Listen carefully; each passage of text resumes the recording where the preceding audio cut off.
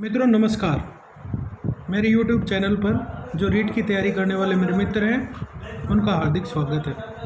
अब मेरे जो मित्र हैं जो रीट की तैयारी कर रहे हैं उनके मन में एक 10 दिन से एक नया प्रश्न खड़ा हो गया है कि रीट की परीक्षा समय पे आयोजित होगी या नहीं होगी इस बारे में। पर जो सरकार की तरफ से जो जिस प्रकार का व्यवहार अपनाया जा रहा है उस हिसाब से, और जो जैन समाज के जो भी गणमान्य लोग हैं उनके द्वारा और अल्पसंख्यक आयोग के द्वारा जो पत्र सरकार को लिखा गया है उस हिसाब से रीट जो है वर्तमान समय में आगे खिसकती हुई लग रही है।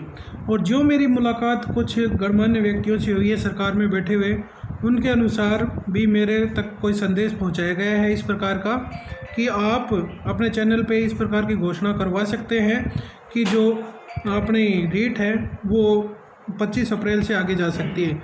मगर सरकार में कुछ है इस प्रकार भी व्यक्ति हैं जो कि इस बात पे अड़े हुए हैं कि इससे जो रीट की तैयारी कर रहे हैं उन बच्चों पे असर पड़ेगा।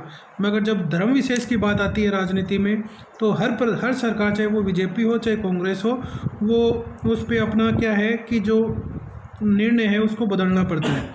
चाहे वो बीजेपी की सरकार हो, इसमें कोई बात नहीं, क्योंकि कौन उपचुनाव का समय है इस समय और सरकार के पास वोट अधिक से अधिक बटोरने का मौका समझती है सरकार अपने आप को। तो किसी भी समाज को किसी प्रकार से निराश नहीं करना चाहेगी सरकार। तो जो भी रीट की तैयारी कर रहे हैं मेरे मित्र, वो ये मान के चले कि ये शायद आगे खिसक सकती है ये जो परीक्षा है रीट की। और जो पहले से तैयारी के लगे हुए हैं काफ़ी दिनों से, मतलब 2-3 सालों से लगे हुए हैं, उन मेरे मित्रों से मेरा अनुरोध है कि वो इस छोटी मोटी परेशानियां इस प्रकार की भर्तियों में, बड़ी भर्तियों में आती रहती हैं, वो निराश न हो और अपनी तैयारी है वो यथावत जारी रखें।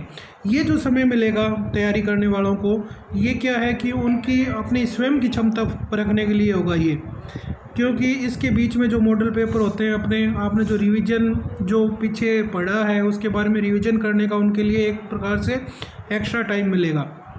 तो मित्रों, ये रीट की परीक्षा जिस प्रकार की सरकार की हलचल है उस प्रकार से ये विदित हो रहे हैं कि रीट की परीक्षा शायद 25 अप्रैल से आगे जा सकती है। इसके राजनीतिक कारण भी हैं और सरकार को हर तरफ से इसका फ़ायदा मिल सकता है।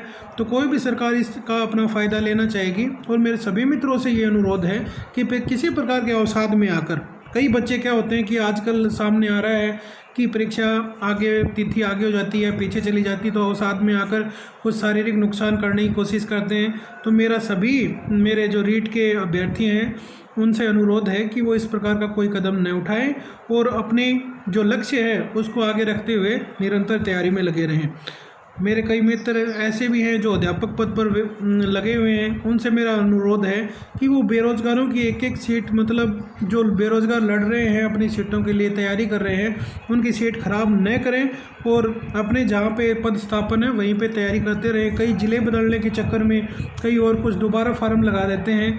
ये बात मैं हमेशा, आपको पता है, मैं विरोधी रहा हूँ इस बात का। तो मेरे उन मित्रों से मेरी अनुरोध है कि इस प्रकार का कोई काम न करें जिससे कि किसी बेरोजगार के पेट पे लात लगे।